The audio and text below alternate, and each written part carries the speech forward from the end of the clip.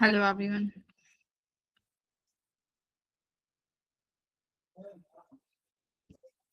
कौन एब्सेंट है तुम लोगों में से आज? ठीक है। आरुष, आदर्श, आंचल, आर्यनकर, गौरव नहीं है। गौरव नहीं है। कैसा था संडे वाला पेपर? इजी था संडे वाला तो, है ना, फिजिक्स का पेपर तो।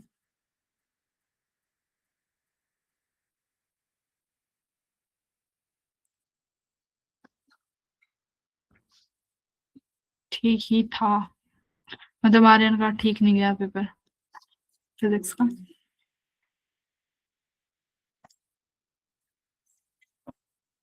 ठीक है चलो। 11th का भी था थोड़ा सा, है ना, पोर्शन।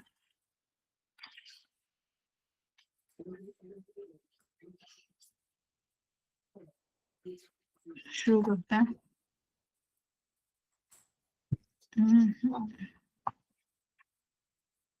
ठीक है, स्क्रीन दिख गई भाई? ठीक है। देखो ये वाला क्वेश्चन तो मैं काफी बार करा चुकी हूँ ना, है भाई। ये वाला क्वेश्चन अपन लोग काफी बार डिस्कस कर चुके हैं ना, सेम क्वेश्चन, कि हम इस वाली ब्रांच का करंट निकाल लेंगे, सपोज I1, CF ब्रांच का करंट निकाल लेंगे I2, यही करंट यहाँ से I2 आएगा और यहाँ से ये I1 आएगा, तो यहाँ पर कौन सा करंट मिलेगा तुम्हें BC वाली ब्रांच में? I1 plus I2, correct. I1 plus I2 मिल जाएगी ना, हो जाएगा। बस KVL लगा लेंगे इस DE और CF वाली ब्रांच में आराम से। ये ABCD सारे 0.15 वोल्ट पे हैं, देखो, है ना, और ये सब 0 वोल्ट पे हैं HGF वाली ब्रांच, ये वाले नोड्स। तो हम यहाँ पर D से लेके O, E में, और C से लेके F में क्या लगा सकते हैं? KVL लगा सकते हैं। I1 I2 में मिल जाएगा, जहां से I1 प्लस I2 निकाल लोगे। काफी बार करा चुकी हूँ इस क्वेश्चन को। आगे बढ़ते हैं। किसी को ऐसा तो नहीं है जिसको दोबारा करवाना हो? ठीक है, आगे बढ़ते हैं। क्वेश्चन नंबर, सीधा थर्ड फोर्थ पे कहाँ से आ गए बीच में क्वेश्चन का? फर्स्ट सेकंड, थर्ड क्वेश्चन कौन सा था इसमें?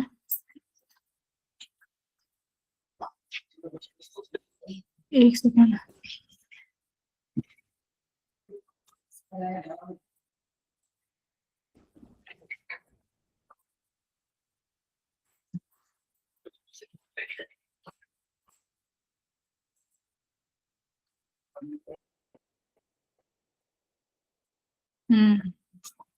ठीक है, होगा इसमें थर्ड। ठीक है, यहाँ पे है। ओके, ये वाला क्वेश्चन बन गया था बेटा, ये वाला। इसमें देखो क्या कह रहा है कि एक प्रोटॉन है जो लिथियम पर आके टारगेट करता है और ये रिएक्शन हो जाती है। अब ये कह रहा है कि हम प्रोटॉन की काइनेटिक एनर्जी क्या दें कि हमारे पास न्यूट्रॉन की कोई भी काइनेटिक एनर्जी ना रहे, मतलब न्यूट्रॉन स्टेशनरी आए। ठीक है, मतलब न्यूट्रॉन स्टेशनरी रहना चाहिए, कि प्रोटॉन की काइनेटिक एनर्जी को क्या रखना है। तो सिंपल सी बात है, इसका मतलब ये है न्यूट्रॉन स्टेशनरी रहेगा, तो काइनेटिक एनर्जी अगर मैं कंजर्व करती हूँ LHS और RHS पे, तो कैसे लिखोगे भाई? काइनेटिक एनर्जी जो इनिशियल है वही काइनेटिक एनर्जी फाइनल रहेगी कंजर्व करने से, है ना। Initial kinetic energy equals to final kinetic energy. अब इनिशियली काइनेटिक एनर्जी सिर्फ किसके पास है? प्रोटॉन के पास। तो यहाँ पे लिखोगे आप काइनेटिक एनर्जी किसके पास है? प्रोटॉन के पास। ये काइनेटिक एनर्जी किसके बराबर रहने वाली है? देखो, अब तुम्हारे पास प्रोडक्ट में एक तो BE बना है और एक बना है तुम्हारे पास न्यूट्रॉन। न्यूट्रॉन के पास कोई काइनेटिक एनर्जी नहीं है, इसका मतलब इनिशियल वाली सारी काइनेटिक एनर्जी किसके बराबर होगी? BE के बराबर। अब ये रिएक्शन है, इस रिएक्शन में कुछ ना कुछ Q वैल्यू भी आई होगी, तो इक्वेशन को बैलेंस करने के लिए यहाँ पर या तो प्लस Q करोगे या फिर माइनस Q करोगे। ठीक है, तो Q वैल्यू आइडेंटिफाई करनी पड़ेगी। तो Q वैल्यू कैसे आइडेंटिफाई करोगे? Delta M multiply by 931.5 mega electron volt, correct. यही करनी पड़ेगी। तो हमारे पास यहाँ से Q की वैल्यू आ गई। ठीक है भाई, अब देखो, अब बात करते हैं एनर्जी कंजर्वेशन के बाद मोमेंटम कंजर्वेशन की। अब इनिशियल मोमेंटम सारा का सारा प्रोटॉन के पास था, तो फाइनल मोमेंटम सारा का सारा किसके पास होगा? न्यूट्रॉन के पास तो होगा नहीं, क्योंकि न्यूट्रॉन के पास तो वेलोसिटी नहीं है। तो सारा का सारा मोमेंटम किसके बराबर हो जाएगा? बेरियम के पास। तो इसका मतलब प्रोटॉन का जो मोमेंटम है सारा का सारा किसके बराबर है? बेरियम का। क्यों? क्योंकि इनिशियल मोमेंटम फाइनल मोमेंटम के बराबर होना चाहिए, ये हमारा मोमेंटम कंजर्वेशन कहता है। तो बस इन्हीं दो इक्वेशन के बेस पे हमारा सारा काम हो जाएगा। निकालना क्या है? प्रोटॉन की काइनेटिक एनर्जी। तो आओ निकालते हैं। काइनेटिक एनर्जी ऑफ प्रोटॉन क्या लिख सकते हो? P square upon 2 upon mass of proton equals to kinetic energy of barium क्या लिखोगे? मोमेंटम बराबर है तो मैं मोमेंटम को सिर्फ P स्क्वायर लिख रही हूँ। ठीक है, चलो प्रोटॉन लिख लो। ये P जो यहाँ पर मैंने सबस्क्रिप्ट में लिखा है ये प्रोटॉन है, upon 2 upon mass of Be, plus में Q। देख लेना प्लस आ रहा है या माइनस Q आ रहा है, जो भी वैल्यू आए वो यहाँ पर Q की लिख देना। ठीक है, इस मोमेंटम वाली टर्म को इधर ले आओ। देखो P square upon P upon 2 upon mass of proton, इधर आएगा माइनस में P square upon P upon 2 upon mass of barium equals to Q। इस इक्वेशन में से बेटा क्या करो, P square P upon 2 upon mass of proton बाहर ले लो। क्यों? क्योंकि यही मेरा क्या है, काइनेटिक एनर्जी है प्रोटॉन की। ठीक है, यहां बच गया 1 माइनस, प्रोटॉन बाहर कॉमन लिया है, इसका मतलब मल्टीप्लाई किया होगा मास ऑफ प्रोटॉन, नीचे क्या बचेगा, mass of barium equals to Q. हो जाएगा। ये सारी की सारी किसकी वैल्यू है, काइनेटिक एनर्जी की। तो देखो क्या लिखोगे, kinetic energy of proton 1 minus mass of proton, देखो कितना है, देखो यहाँ पे अगर मैं अब आंसर की बात करूं तो देखो बेटा, एक 7 है, एक 1.9 है, एक 0.2 है, एक 3.8 है। इसका मतलब जो भी मेरी काइनेटिक एनर्जी आएगी वो काफी गैप में दिया हुआ है। ठीक है, इसका मतलब यहाँ पर मैं अप्रोक्सीमेशन में आंसर निकाल सकती हूँ। ऐसा नहीं है कि 1.9, 1.8, 1.7 इस तरीके से आंसर्स है ना, देख रहे हो ना, काफी गैप है आंसर्स के बीच में। तो यहाँ पर मैं प्रोटॉन का मास 1 ले सकती हूँ और बेरियम का 7 ले सकती हूँ। ठीक है, आंसर में कोई गड़बड़ नहीं आएगी। तो 1/7 लिख दो इक्वल्स टू क्यू। तो यहां से देखो काइनेटिक एनर्जी ऑफ प्रोटॉन किसके बराबर आ जाएगा बेटा, क्यू। ये यहाँ पर 7/6 हो जाएगा, 7/6 है ना। तो जो क्यू की वैल्यू है उसका 7/6 लिख देना, वही क्या हो जाएगा, काइनेटिक एनर्जी ऑफ प्रोटॉन हो जाएगा। बात समझ में आ गई। तो यहाँ पर जब इस तरीके की इक्वेशन आए, बस तुम्हें दो ही फॉर्मूले लगाने हैं, एक तो एनर्जी कंजर्व करनी है और दूसरा मोमेंटम। आ गया समझ में, आगे बढ़ते हैं। कुछ आवाज आ रही है तुम्हें? Yes ma'am. नंबर थर्ड में क्या कह रहा है, देखो एस्केप वेलोसिटी की बात चल रही है कि अगर मेरे पास दो प्लैनेट्स हैं जिनके सरफेस ग्रेविटी दी हुई है 5:2, उन दोनों प्लैनेट्स की डेंसिटी दी हुई है 2:1, वो कह रहा है कि एस्केप वेलोसिटी बता दो। अब देखो अगर एस्केप वेलोसिटी की बात करूं तो एस्केप वेलोसिटी का फॉर्मूला मेरे पास होता है अंडर रूट ऑफ, क्या होता है भाई, GM/R होगा, कितना बनेगा, 2G। हाँ देखो वैसे भी 2 कांस्टेंट टर्म है, कटी जानी है, 2GM/R। ठीक है, एक तो ये फॉर्मूला हो गया। अगर मैं इसी में R से मल्टीप्लाई कर दूं, R से डिवाइड कर दूं, तो दूसरा फॉर्मूला क्या हो जाता है, देखो 2GM/R² मल्टीप्लाई R। अब GM/R² को क्या लिख सकते हो, स्मॉल g, 2G/R है ना। तो एक मेरा ये एस्केप वेलोसिटी का फॉर्मूला ये हो गया। अब साफ साफ दिखाई दे रहा है कि मेरे पास जो एस्केप वेलोसिटी है वो तो एक तो ग्रेविटी की वैल्यू पे डिपेंड करेगी, मतलब किस प्लेनेट की सरफेस पे ग्रेविटी कितनी है, दूसरा उस प्लेनेट के साइज पे, यानी रेडियस कितना है। ओके, अब जो मुझे चीज गिवन है उसमें यहाँ पर कहीं भी आर का कोई जिक्र नहीं है, तो इसका मतलब मुझे इस आर को फाइंड करना होगा। करेक्ट, इस आर को कैसे फाइंड करेंगे, देखो कैसे निकाल सकते हो, स्मॉल जी पता है, G/R² के बराबर है। यहां से हम निकाल सकते हैं कि मास को क्या लिख सकते हो, बोलो, volume into density upon R²।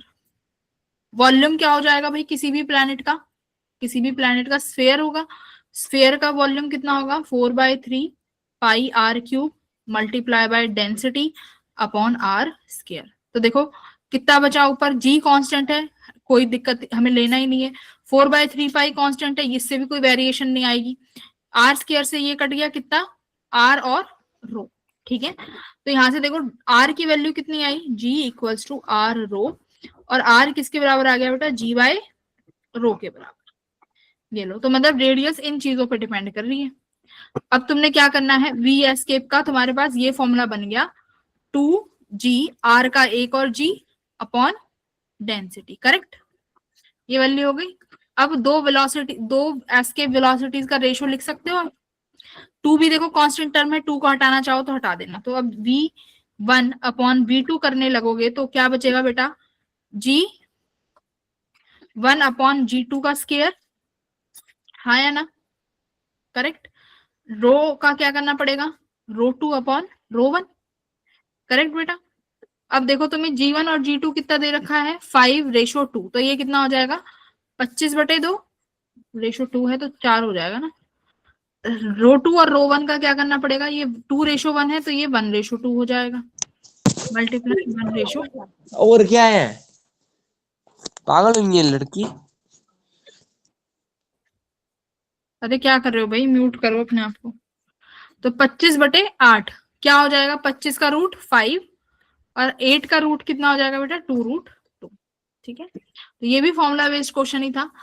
अगर हमारे पास इस तरीके के क्वेश्चंस आते हैं रेशो वाले, तो उनमें हमें सिर्फ वेरिएबल वाली टर्म्स रखनी है, जो कांस्टेंट टर्म है ये रेशो में हट जाता है। तो ऑप्शन नंबर सी। तो रेडियस कहाँ से निकाली है, अपने ग्रेविटी वाले फॉर्मूले से, GM/r² से। ठीक है, यहाँ से हम लोग रेडियस फाइंड आउट कर सकते हैं। आई होप ये तो सबने कर लिया होगा। आगे बढ़ते हैं, ये वाला भी हो गया होगा बेटा सभी का क्वेश्चन, है ना।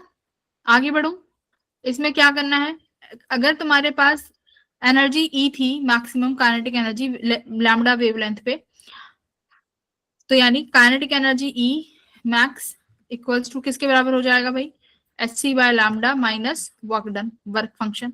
इक्वेशन 1 इसको लिख लो, काइनेटिक एनर्जी ई के बराबर hc/λ minus work done, equation 1।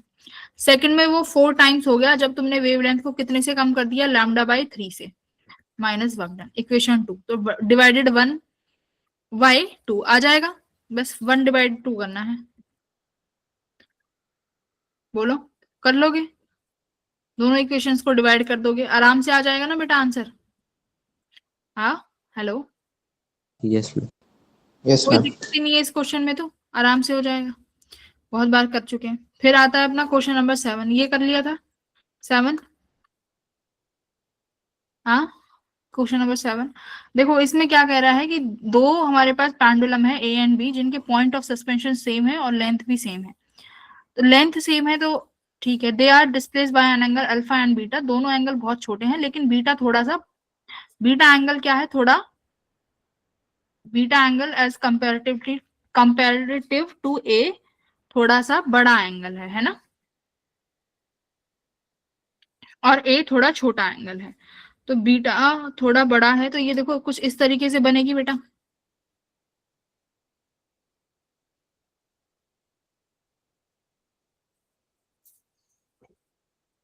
क्योंकि लेंथ सेम है ना।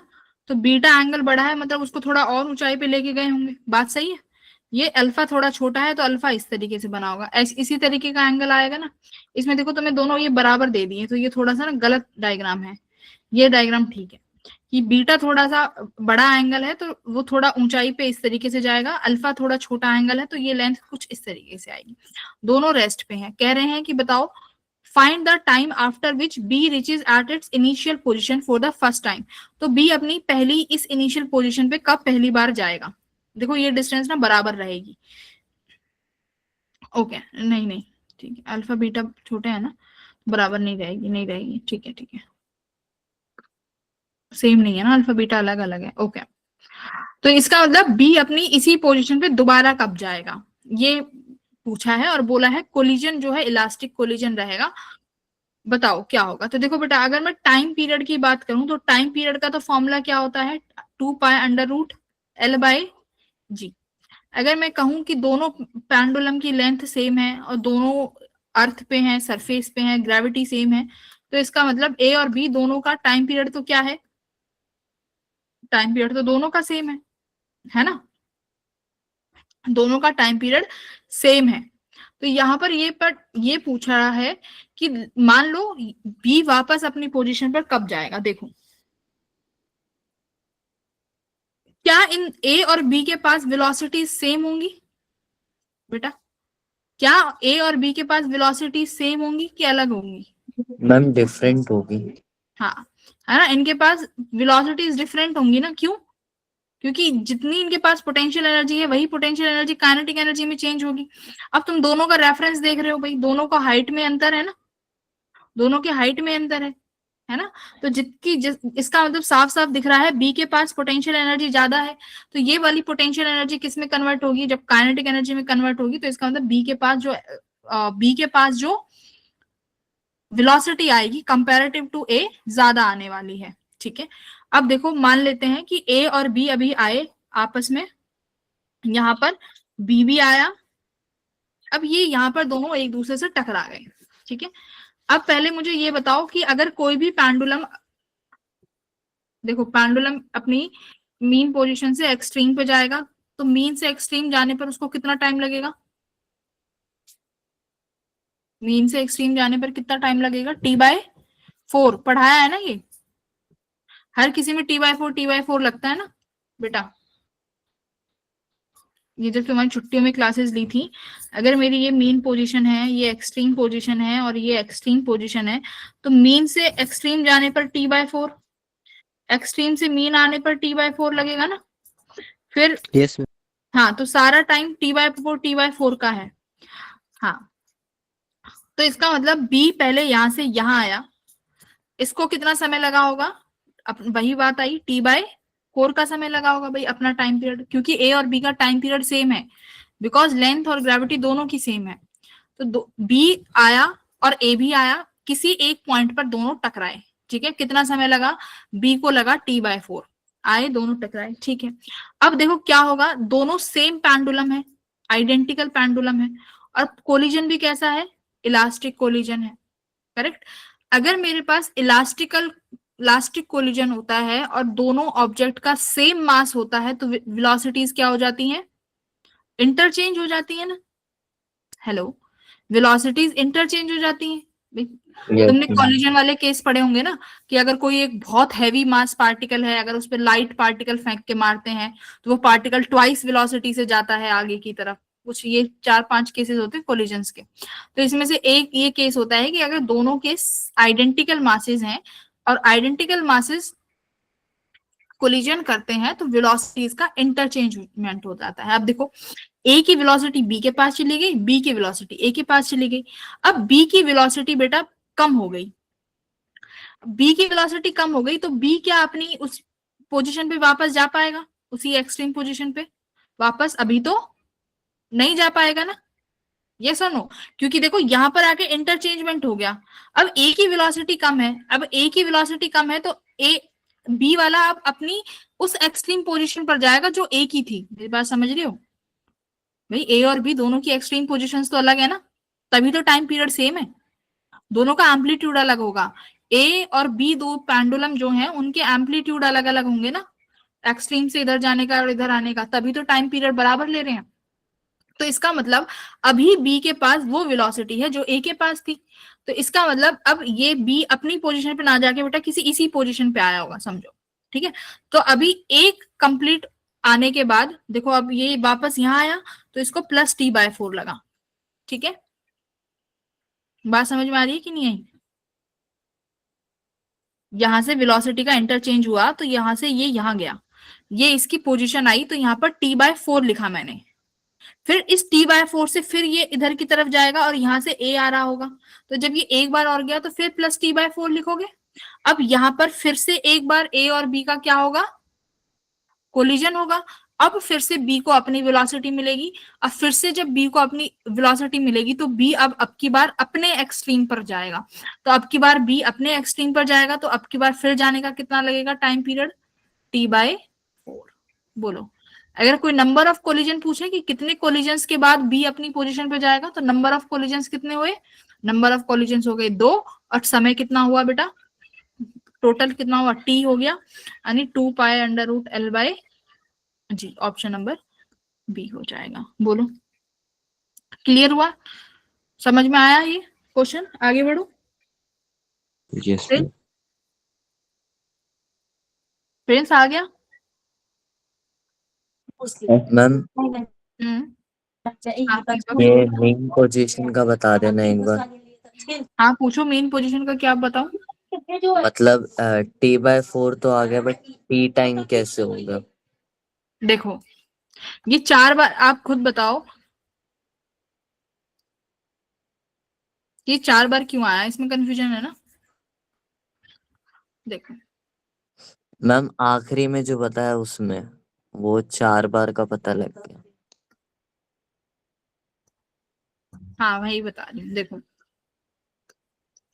पहली बार तो बी इधर आया और ए भी इधर से आया, ठीक है, तो पहला कोलिजन हुआ तुम्हारा, पहले कोलिजन पे बी को ए की वेलोसिटी मिल गई, बी को ए की वेलोसिटी मिली, मतलब वो एक्सट्रीम पोजीशन पे कौन किसकी एक्सट्रीम पर जाएगा, वो ए की एक्सट्रीम पर जाएगा, ना कि अपनी एक्सट्रीम पे, क्योंकि अपनी एक्सट्रीम पर जाने के लिए उसको बी वाली वेलोसिटी चाहिए। तो ए का एक्सट्रीम मान लो कहीं यहां होगा, तो यानी बी अभी इस पोजीशन पर पहुंचा है, कब, एक कोलिजन के बाद, ठीक है। अभी ये एक कोलिजन हो गया, तो ये एक कोलिजन के लिए भाई पहले बी ऐसे आया तो एक बार T/4, फिर ये यहां से गया तो दूसरा T/4, ठीक है, ये दो T/4 आ गए। ओके, अब क्या होगा, बी फिर से आगे बढ़ेगा ना, अब बी आगे बढ़ेगा, तीसरी बार आगे बढ़ने जा रहा है, ठीक है, तीसरी बार आगे बढ़ा, अब ए के साथ इसका सेकंड कोलिजन हुआ। अब सेकंड कोलिजन होने के बाद बी के पास अपनी वेलोसिटी आ गई, तो अब 3 बार T/4 हो गया। अब तीसरे, अब जो लास्ट का T/4 है, अब बी अपनी फाइनल पोजीशन पर चला जाएगा, क्योंकि अब एक ने, बी ने कोलिजन के दौरान अपनी वेलोसिटी को फिर से इंटरचेंज कर गया। अब समझ में आया लास्ट यस में? मैम। हाँ, ओके, वेरी गुड। ये वाला तो सबने कर लिया होगा, सबसे कंप्लीट हुआ होगा ये क्वेश्चन। देखो इस क्वेश्चन में क्या है, साइक्लिक प्रोसेस दी हुई है, करेक्ट, साइक्लिक प्रोसेस दी हुई है। साइक्लिक प्रोसेस में सबसे पहली बात पीवी कर्व है, पीवी कर्व में हमें साफ साफ बताया जाता है कि एरिया अंडर द कर्व ही मुझे क्या दे देगा, पीवी का वर्क डन दे देगा, पीवी साइकिल का। दूसरा क्या बताया जाता है, फर्स्ट लॉ ऑफ थर्मोडायनेमिक्स, जिसमें D Q equals to D U plus D W होता है। मैंने तुम्हें काफी बार ये क्वेश्चन कराते वक्त भी बताया है कि डी यू कैसा फंक्शन है, स्टेट फंक्शन है ना। स्टेट फंक्शन का मतलब है कि इनिशियल और फाइनल पोजीशन पर ही डिपेंड करेगा, पाथ पर डिपेंड नहीं करेगी। कौन, इंटरनल एनर्जी। इंटरनल एनर्जी बस इनिशियल और फाइनल पोजीशन देखती है, अगर वो सेम है तो चेंज जो है इंटरनल एनर्जी का वो जीरो हो जाता है। ध्यान से सुना, चेंज जीरो होता है, ठीक है। तो इसका मतलब डी क्यू जो है वो डी डब्ल्यू के बराबर है। इसका मतलब तुमने जितनी भी हीट दी वो तुमने सारा काम इसमें इस्तेमाल कर ली, ठीक है भाई। तो अभी नेट हीट सप्लाई खुद दिया हुआ है 5 जूल, तो इसका मतलब टोटल वर्क डन जो है वो 5 जूल के बराबर ही होना चाहिए। तो टोटल वर्क डन भाई, 3 साइकिल दिख रही है, 3 मुझे, ए से बी, बी से सी, सी से ए, तो यानी work done by A B, work done by B C plus work done by A C किसके बराबर है, 5 जूल के बराबर। अब देखो इन्होंने तुमसे सीए वाली साइकिल में पूछा है कितना होगा, ठीक है। अब एक चीज और बताओ, पीवी में हम वर्क डन कैसे लिखते हैं, work done equals to P delta V. इसका मतलब अगर मेरे पास कोई, अगर ऐसी प्रोसेस है जिसमें वॉल्यूम कांस्टेंट है, उसका वर्क डन क्या हो जाएगा, जीरो, उसका वर्क डन तो जीरो। कौन सी ऐसी इक्वेशन, कौन सी वाली है जहां पर हमारा वॉल्यूम कांस्टेंट है, बीसी वाली। बीसी में वॉल्यूम कांस्टेंट है, मतलब बीसी में कोई भी वर्क डन नहीं हुआ, तो बीसी का वर्क डन जीरो। तो वर्क डन बाय एसी किसके बराबर हो जाएगा, 5 joule minus work done by AB, ठीक है। एबी में साफ साफ बता दो, एबी कौन सी वाली प्रोसेस है भाई, एबी किस प्रोसेस से गुजर रही है। एबी में देखो क्या है, प्रेशर कांस्टेंट है, वॉल्यूम चेंज हो रही है ना भाई। एबी वाली साइकिल देखो, प्रेशर कांस्टेंट है, वॉल्यूम चेंज हुई। एबी साइकिल में प्रेशर कितना है, 10, वॉल्यूम कितने से कितना हो गया, ए से बी हो गया, तो यानी 1 से 2, तो चेंज कितना आया, चेंज हुआ 1। तो मेरे यहाँ वर्क डन एबी वाली जो प्रोसेस थी, एबी वाली प्रोसेस में जो वर्क डन हुआ है वो कितना हुआ है, 10 जूल्स का। तो यहाँ पर एसी ने कितना किया, 5 जूल माइनस कितना बेटा, 10 जूल, है ना। तो एसी का कितना आ गया, एसी का मेरा आया -5 जूल। अब तुम बेशक टोटल करके देखो, देखो ए बी का 10, एसी का -5 और बीसी का 0, तो टोटल 5 जूल ही आया ना। तो इस ये टोटल 5 जूल वर्क डन आया, ठीक है। तो इस तरीके से क्या कर सकते हो, हम वर्क डन निकाल सकते हैं। बोलो ये समझ में आया, साइक्लिक प्रोसेस का वर्क डन। सिमरन, Yes. भाई वर्क डन का बस यही फॉर्मूला होता है पीवी कर में, पी डेल्टा वी, ठीक है। बीसी में वॉल्यूम कांस्टेंट है तो बीसी का वर्क डन जीरो हो गया, ए बी और एसी की वजह से आएगा। बोलो ठीक है, चलिए आगे बढ़ते हैं, इतना कुछ था भी नहीं, ये वाला भी हो गया होगा। कर लिया था, पावर का फॉर्मूला,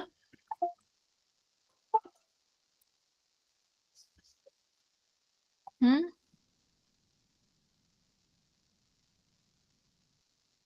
अरे वाह,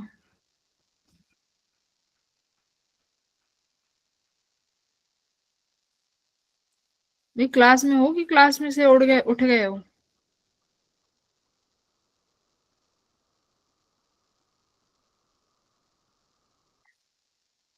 हम्म,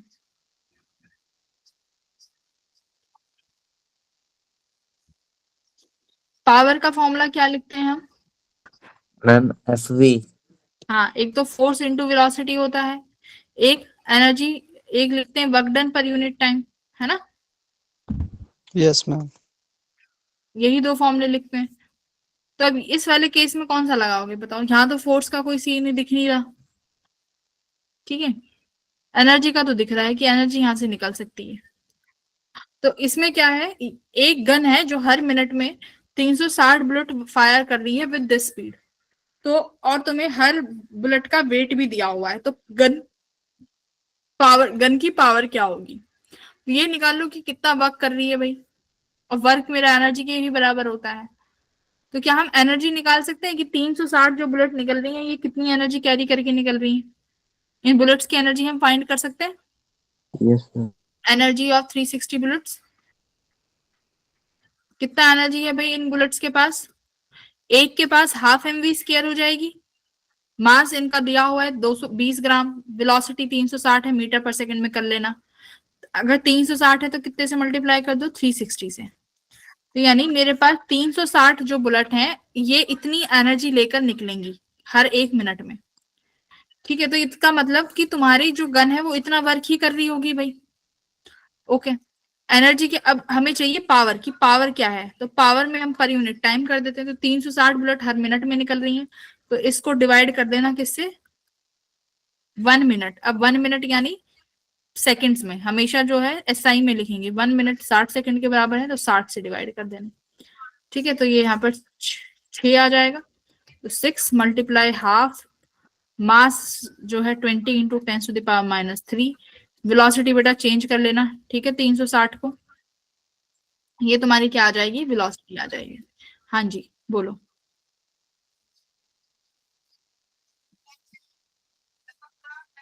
बोलो आदर्श, क्या कह रहे हो? मैम इसमें से ना 6,000 आ रहा है। नहीं नहीं, 6,000 क्यों आएगा? 600 ही आएगा। एक बार सॉल्व कर लो जरा। ठीक है, और 6 मल्टीप्लाई 1/2, 20 ग्राम है ना, 20 मल्टीप्लाई 10⁻³ वेलोसिटी कितना आएगा बेटा? 360 किलोमीटर 100 3600, 100 आ गई।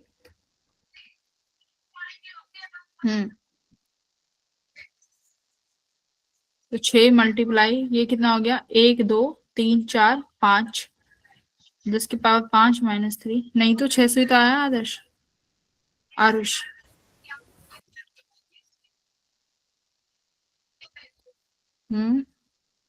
ठीक है, हो गया होगा कहीं, एक बार देख लेना, देख यस लो। मैम। ठीक है, ये वाला भी सभी ने कर लिया होगा भाई, इसमें भी कुछ ऐसा है नहीं समझाने का। ये तुम्हारा कौन सा गेट है? और ये एंड, ये नॉट। और गेट का काम क्या होता है? ऐड करने का। एंड गेट का काम क्या होता है? मल्टीप्लाई करने का।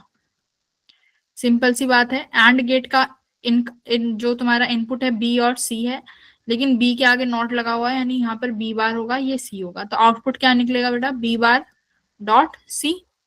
अब ये इनपुट जो और गेट को दे दिया, और एक और इनपुट क्या दिया? ए। तो यानी यहां से बेटा क्या निकलेगा? ए में क्या ऐड हुआ होगा? बी बार डॉट सी, ठीक है। इसके बाद एक नॉट लगा दिया, तो वाई आउटपुट क्या हो जाएगा? इन सबका नॉट, है ना। Option number C. इसको आगे भी सॉल्व करा जा सकता था, बट तुम्हें इजी में ही सी ऑप्शन दे दिया गया, ठीक है। सबने किया होगा ये तो। 11th भी सबने किया होगा भाई, बोलो। सबने किया है ना 11th? कुछ इजी था। इसमें तुम्हें एक बर्ड दे रखा है और एक तुम्हें यहाँ पर मछली दे रखी है, ठीक है। अब इस बर्ड की जो पोजीशन है इस इंटरफेस से वो दे रखी है 3 मीटर। अब तुम्हारी जो फिश है इसको रेस्ट पे कर दिया, आसान कर दिया। देखो, फिश को रेस्ट पे कर दिया, वरना कई बार फिश को भी चला देते हैं, ठीक है। फिश रेस्ट पे कर दी है। अब तुमसे कह रहे हैं कि देखो इसकी जो रियल वेलोसिटी है, इसकी बर्ड की जो रियल वेलोसिटी है ये 6 मीटर पर सेकंड है, बट मुझे ये बताओ कि ये फिश कितनी वेलोसिटी देख रही होगी। तो एपरेंट निकालनी है, तो हमें कुछ नहीं करना, हमें एपरेंट पोजीशन निकाल के क्या करना है? डिफरेंशिएट, है ना। तो D dash upon D equals to mu of observer upon mu. तो डी डैश मेरी एपरेंट पोजीशन है बेटा, म्यू ऑब्जर्वर। तो एक बार बताओ, अगर बर्ड को देखा जा रहा है तो बर्ड को देख कौन रहा है, फिश देख रही है, तो फिश का बन जाएगा ऑब्जर्वर, है ना, फिश खुद ऑब्जर्वर बन गई, तो ऑब्जर्वर बन गई तो फिश का रिफ्रैक्टिव इंडेक्स 4/3। बर्ड खुद हवा में है तो मतलब 1 आ जाएगा refractive index, multiply by D. D real position है, डी जो है ये रियल पोजीशन होगी मेरी, ठीक है। डी डैश एपरेंट है। अब इसको समय के साथ क्या कर दो, पोजीशन को अगर समय के साथ डिफरेंशिएट कर दूं तो मेरा क्या बन जाएगा, वेलोसिटी। तो बेटा इसको समय के साथ डिफरेंशिएट कर दो तो ये वी डैश हो जाएगा equals to 4/3 multiply by real velocity which is given as 6। तो ये मेरा कितना आ जाएगा, 8 मीटर पर सेकेंड। यानी उस फिश को तुम 8 मीटर पर सेकेंड से चलती हुई दिखाई दोगी, ठीक है। बस इतना ही करना था, पोजीशन के साथ डिफरेंशिएट मार दो, बार बार तो कराने की जरूरत ही नहीं है बेटा। हेलो, कराऊं, क्या करना है, डिफरेंशिएट वाला बताना। ऊपर यहाँ पे यस मैम। देखो ये अपरेंट पोजीशन है ना, तो पोजीशन को अब टाइम के साथ डिफरेंशिएट कर दूंगी तो क्या मिल जाएगी, वेलोसिटी। जैसे ये डी डैश है, डी डैश का मतलब है पोजीशन। अब ये कौन सी पोजीशन है, डी डैश अपरेंट पोजीशन। अब इसको टाइम के साथ डिफरेंशिएट कर दो, कैसे, D D dash upon D T. Refractive index तो भाई कांस्टेंट ही रहेगा, म्यू ऑब्जर्वर अपॉन म्यू। ये क्या हो जाएगा, D D upon D T. तो ये वेलोसिटी हो गई ना अपरेंट, म्यू ऑब्जर्वर ऐसे ही आ जाएगा।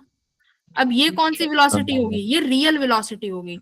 तो बस, तो जहां पर v है वो रियल है, v डैश मतलब एपरेंट, इसने तुमसे एपरेंट ही पूछी थी तो एपरेंट आ जाएगा, ठीक है। देखो ये 6 थी ना बेटा रियल वाली, तो जहां रियल पोजीशन है वहां रियल स्पीड लिखना 6, देख लो, क्लियर।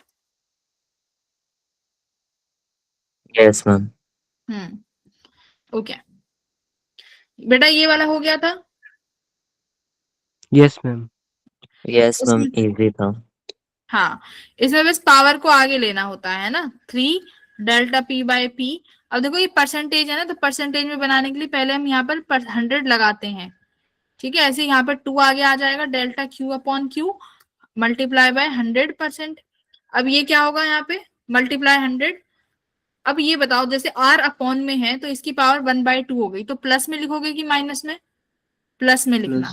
हाँ, बस ये याद रखना, plus delta S by S into 100। तो जो भी यहाँ पर परसेंटेज दी हुई है उनको यहाँ पर मल्टीप्लाई करके क्या कर देना, ऐड कर देना, ठीक है। तो 6.5% आ जाएगा।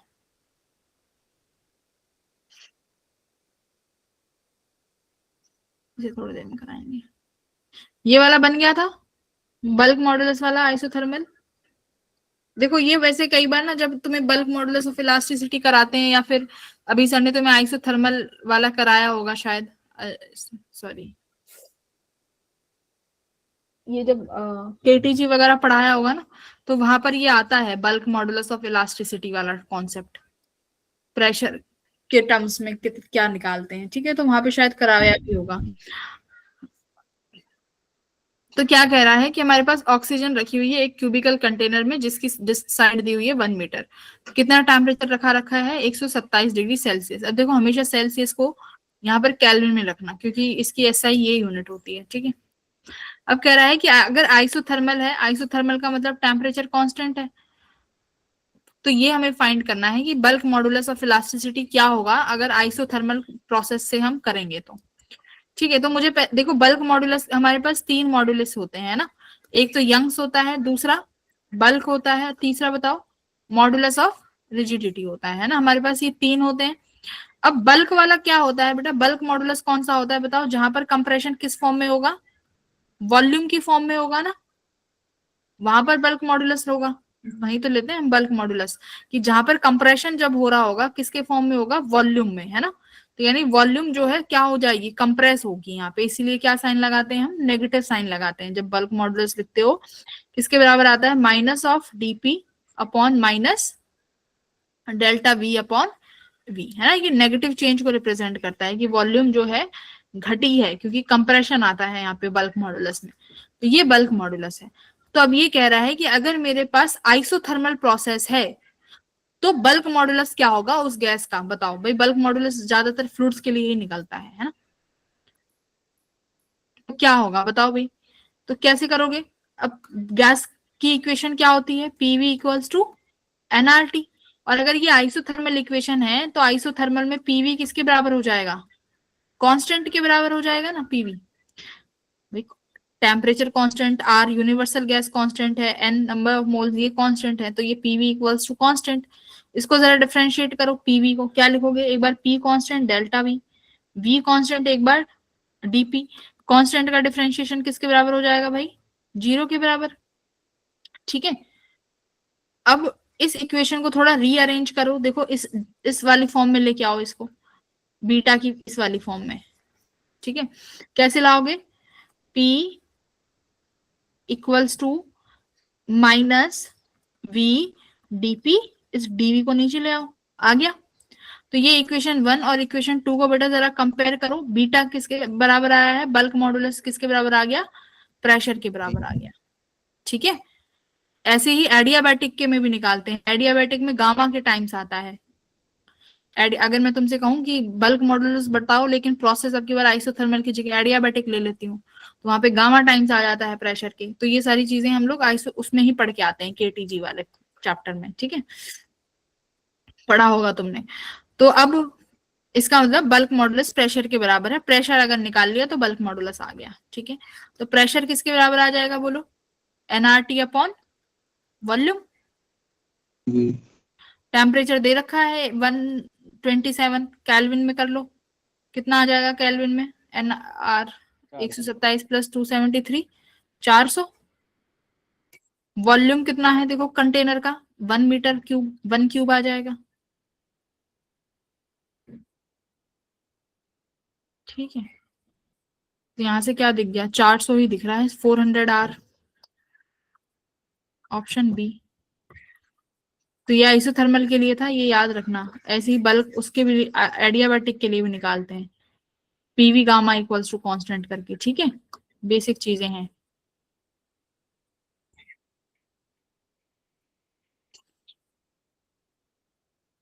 ये वाला हुआ क्वेश्चन।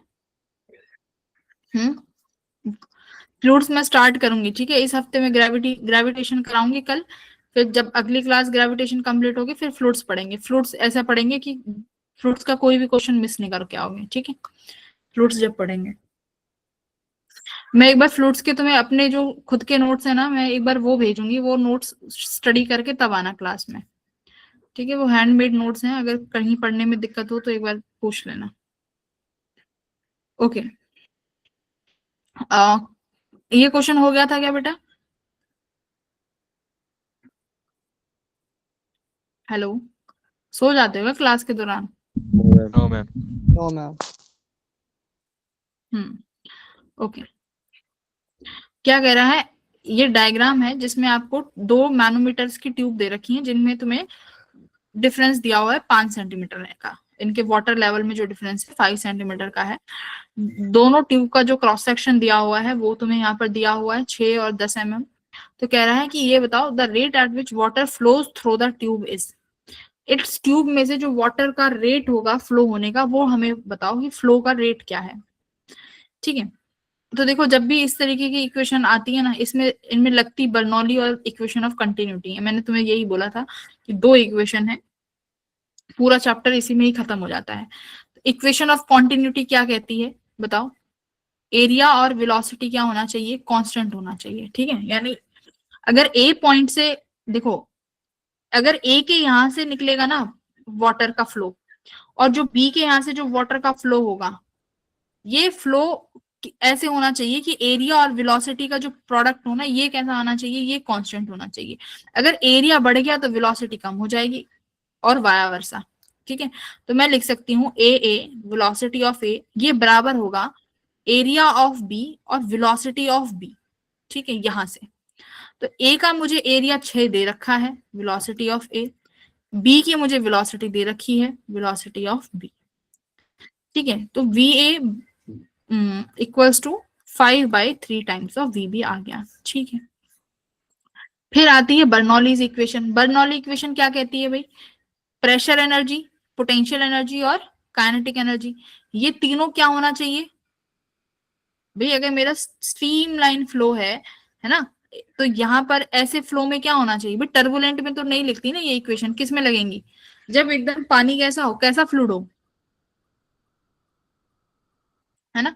तो इक्वेशन ऑफ बर्नौलीज थ्योरम लगेगी। तो इक्वेशन ऑफ बर्नौली क्या कहती है? Potential energy plus pressure energy plus kinetic energy, ये किसके बराबर होना चाहिए? हर पॉइंट पे, इस पॉइंट पे, इस पॉइंट पे, इस पॉइंट पे, सब में इन तीनों का सम क्या होना चाहिए? कांस्टेंट होना चाहिए।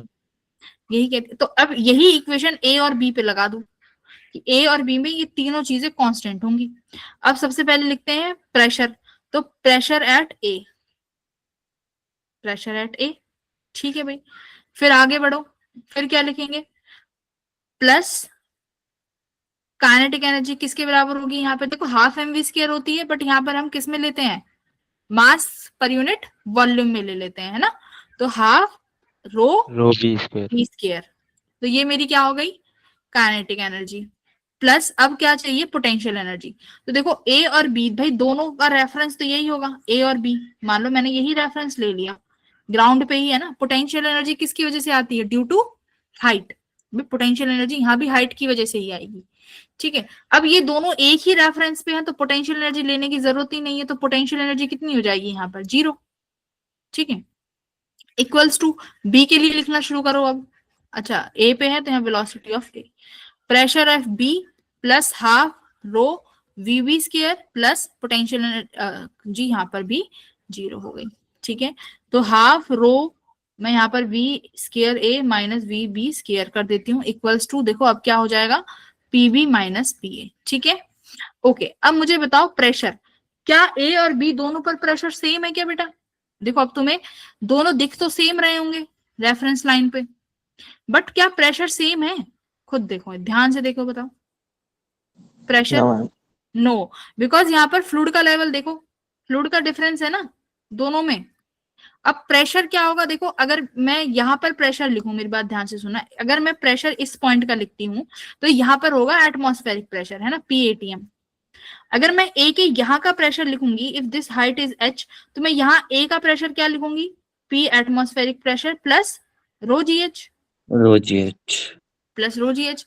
अब ये हाइट आएगी टोटल h, करेक्ट। अब बी का प्रेशर लिखो, अब जब तुम बी पॉइंट का प्रेशर लिखोगे तो यहाँ तो एटमॉस्फेरिक ही रहेगा PATM, बी का लिखोगे आप PATM प्लस, अब जो ये हाइट मान लो h2 है, प्लस रो जी h2, अब वो मान लेते हैं h1, ठीक है, वो h1 आई।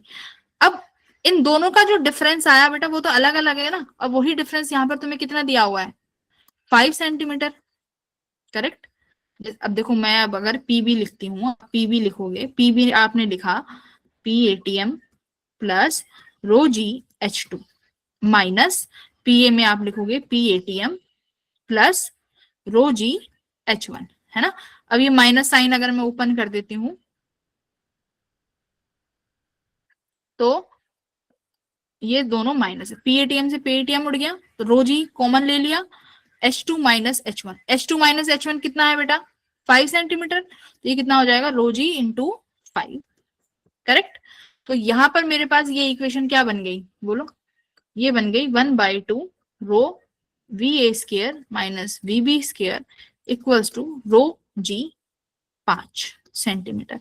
अब देखो यहाँ पर ये सीसी में है वॉल्यूम, तो सेंटीमीटर में ही रहने देना, कोई दिक्कत नहीं है। डेंसिटी से डेंसिटी हट जाएगी, तो ये कितना आ गया? VA square minus VB square equals to g की वैल्यू बेटा मीटर में कर लेना, बाद में सीसी कर लेना, क्योंकि फिर ग्रेविटी की वैल्यू भी है ना, 5 इंटू 10⁻²। ओके, तो ये यहाँ से वेलोसिटीज आ जाएंगी तुम्हारे पास। अब पूछा क्या है? रेट। रेट का मतलब क्या है? देखो ये सीसी पर सेकंड है, इसका मतलब क्या पूछ रहा है? ये वॉल्यूम अपॉन टाइम, है ना, ये पूछ रहा है ये V/T। ये रेट ऑफ वॉल्यूम कितना आने वाला है? आंसर एक बार इसका देख लेते हैं कितना है। 7.5। Rate of through the rate at which water flow through the tube is, ठीक है। तो यहां से तुम पहले वेलोसिटी ए और बी की दोनों की वेलोसिटी निकालो। ए की ये इक्वेशन है v 5/3b, यहाँ पे ए लिख दो और ये तुम्हारा आ जाएगा 5 की वैल्यू 10, 10 × 5 × 10⁻²। वी ए की वैल्यू रख देना बेटा 5/3 VB²। तो यहां से आ जाएगी, VB की वैल्यू निकाल लोगे यहाँ से, इस इक्वेशन से B की वैल्यू आ जाएगी या मैम जो, 3/4 आ जाएगी VB। हाँ। उसके बाद फिर क्या करना है, VB आ गया, उसके बाद रेट ऑफ चेंज लिखना है, वॉल्यूम। वॉल्यूम किसके बराबर होगा फिर, वॉल्यूम एरिया इंटू वेलोसिटी कर सकते हैं भाई, वॉल्यूम तो यही होगा ना, एरिया इंटू वेलोसिटी कर दो, वहां से निकाल लेना चेंज, ठीक है, dV/dt करके।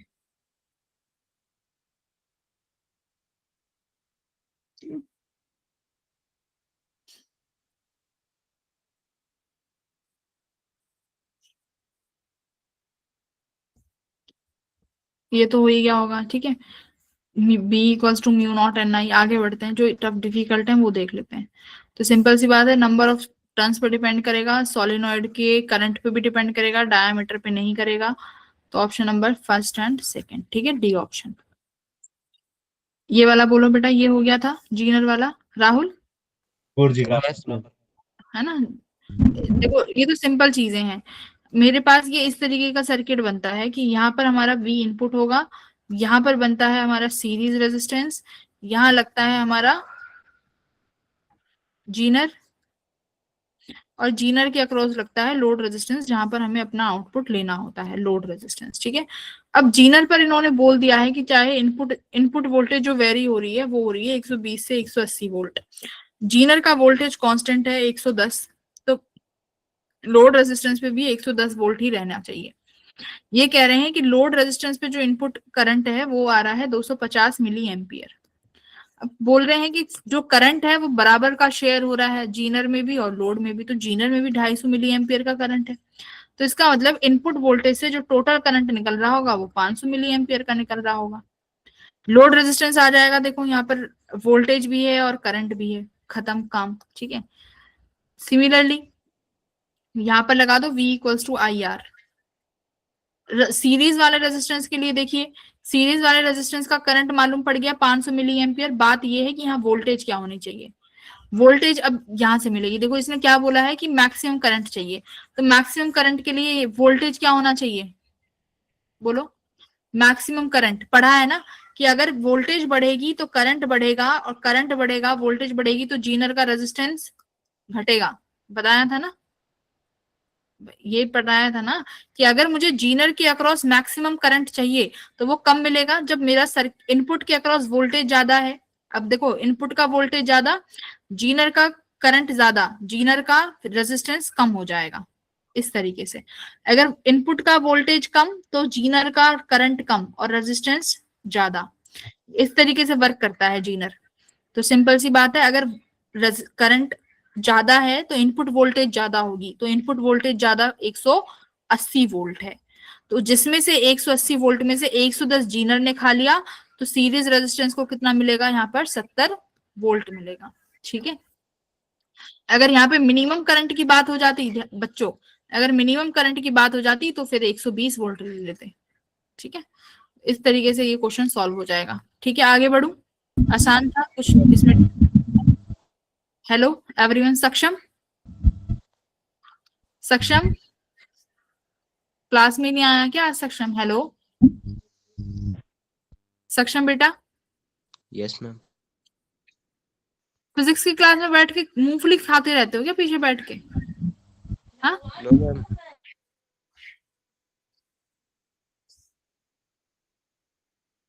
ज्यादा अच्छे नंबर आ गए क्या फिजिक्स में तुम्हारे, तुम लोगों के।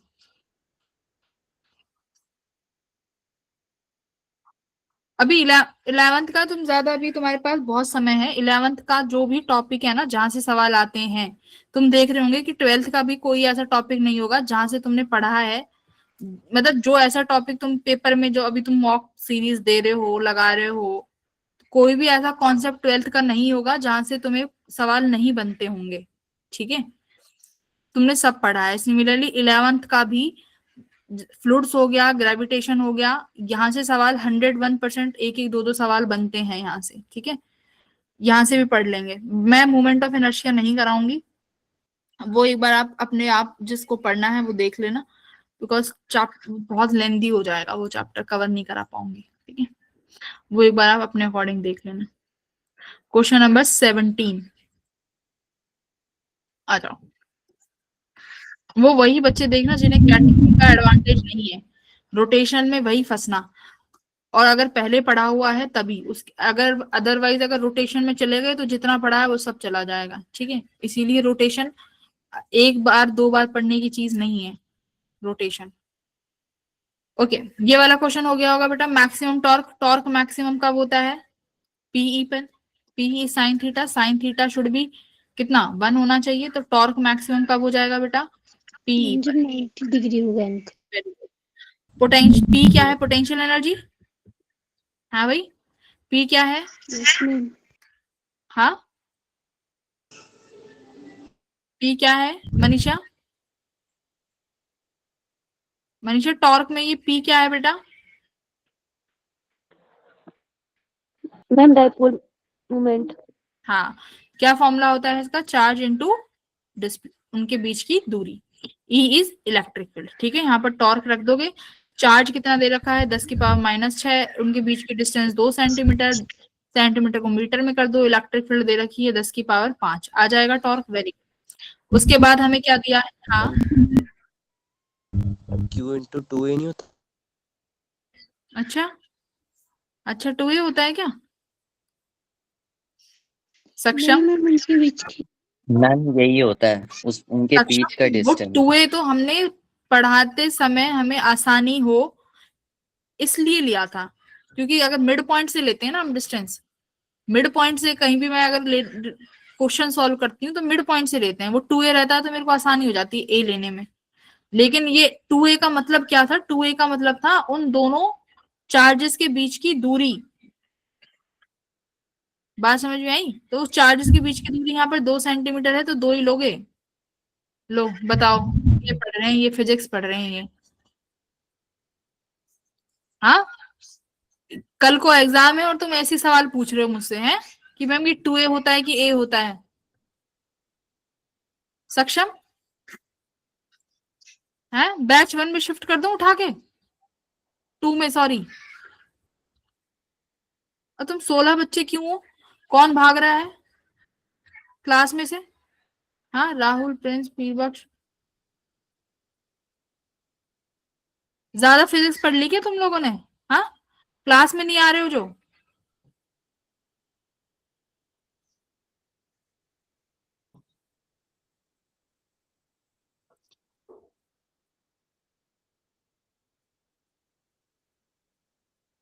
गर्व भी नहीं दिख रहा मुझे तो, गर्व गौरव दोनों ही चले गए। पहली क्लास में थे ये दोनों, गर्व गौरव।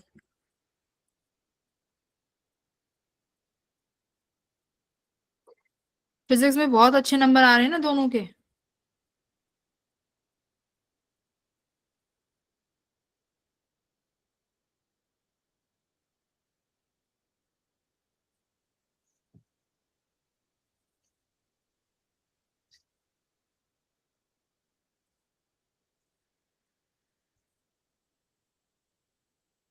और कौन नहीं है गर्व गौरव के अलावा?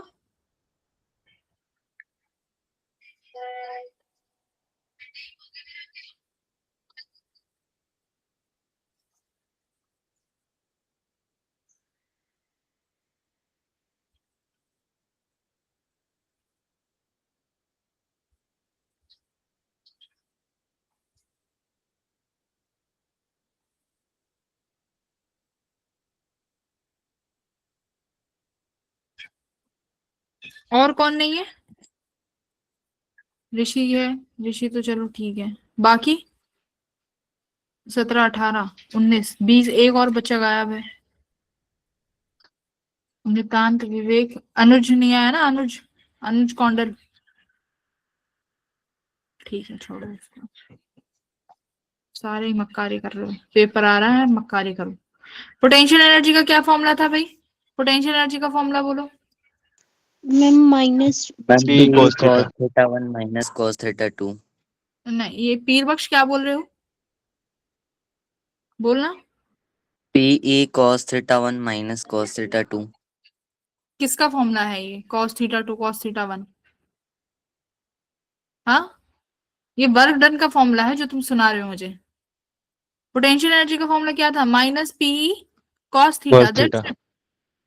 वो वर्क डन का आता है भाई, वर्क डन बाय एक्सटर्नल, वो भी कितना, you final minus you initial, तब लिखते हैं वो माइनस पीई कॉस थीटा 2 की, फाइनली थीटा 2 करा, माइनस माइनस प्लस हो जाएगा पीई कॉस थीटा 1, तब आया ये फॉर्मूला, ये वर्क डन का फॉर्मूला है।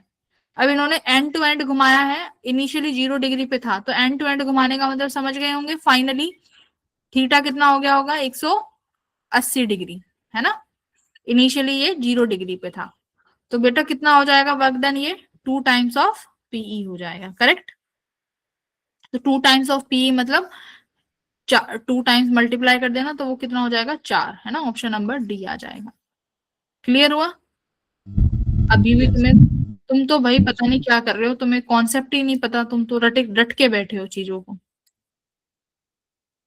ये क्वेश्चन नंबर 18 तो सभी ने किया होगा भाई, इजी पेपर आ गया था। 18th में देखो क्या कह रहा है कि अगर एक एलिवेटर है, वो ऊपर जा रही है और नीचे जा रही है यूनिफॉर्म स्पीड के साथ। अब देखो यूनिफॉर्म स्पीड, तो यूनिफॉर्म स्पीड का मतलब क्या है, एक्सेलरेशन क्या है यहाँ पर, एक्सेलरेशन यहाँ पर 0 है, एक्सेलरेशन 0 है, मैंने क्या क्या बताया था, F net equals to mass into acceleration, ये होता है न्यूटन का सेकंड लॉ। अगर एक्सेलरेशन 0 है, इसका मतलब उस सिस्टम पे एफ नेट 0 होगा। एफ नेट 0 का मतलब क्या है, सारे फोर्सेस क्या हो रहे होंगे, बैलेंस होंगे, फोर्स बैलेंस होंगे, या सारे फोर्सेस किस में होंगे, इक्विलिब्रियम में होंगे सारी चीजें, करेक्ट। तो अगर मेरे पास ये एक एलिवेटर है, इस एलिवेटर का वेट डाउनवर्ड्स में mg लग रहा है, तो इस वेट को कौन हैंडल कर रहा होगा भाई, वो केबल्स होती हैं जो इस लिफ्ट को ऊपर नीचे ले जाती हैं, उन केबल्स में क्या लगती है, टेंशन। तो ये टेंशन फोर्स किसके बराबर हो रहा होगा, ये सारा टेंशन mg के बराबर हो रहा होगा। तो ये बात सही है कि गलत है, बात सही है, ट्रू है बात, करेक्ट है ना भाई, ट्रू बात है। यूनिफॉर्म स्पीड है तो सिंपल सी बात है, वेट बैलेंस होगा। यहां से 2 चीज पता चली, देखो एक तो 2 चीजें पकड़ने की थी इस क्वेश्चन में, एक तो ये यूनिफॉर्म स्पीड और दूसरा बैलेंस, बस ठीक है, दूसरा पकड़ो। सेकंड क्या कह रहा है, सेकंड कह रहा है कि अगर एलिवेटर के अंदर कोई इंसान खड़ा हुआ है, तो वो ज्यादा वेट फील करेगा जब वो एलिवेटर नीचे की तरफ जाएगी विद इंक्रीजिंग स्पीड। यहां पर देखो आपकी बार क्या लिखा है, इंक्रीजिंग स्पीड, इंक्रीजिंग स्पीड मतलब यहाँ पर एक्सीलरेशन है कि नहीं है, यहाँ एक्सीलरेशन मौजूद है कि नहीं है, मैम मैम है। है। हाँ, एक्सीलरेशन इज प्रेजेंट, यहाँ पर एक्सीलरेशन मौजूद है ना, एक्सीलरेशन प्रेजेंट है। अगर एक्सीलरेशन प्रेजेंट होती है तो बताओ, अगर मेरे पास लिफ्ट नीचे की तरफ आती है, ये मान लो ये हमारे पास लिफ्ट है, हम यहाँ खड़े हुए हैं, लिफ्ट ऊपर ए एक्सीलरेशन से मूव कर रही है, तो नॉर्मल कितना फील करूंगी मैं, mg प्लस ma ऊपर की तरफ। और अगर लिफ्ट नीचे आती है बेटा, डाउनवर्ड्स में कितना फील करते हैं नॉर्मल, mg माइनस ma, है ना। अब ये कब है, डाउनवर्ड्स आ रही है तब, और जब हम ऊपर की तरफ जा रहे हैं तो ये नॉर्मल फोर्स फील होता है, मतलब जब आप ऊपर जाओगे तो हैवी फील करोगे, नीचे आओगे तो आपका वेट कम फील होगा, क्योंकि नॉर्मली तो वेट क्या है भाई, वेइंग मशीन नॉर्मली तो रीड करती है।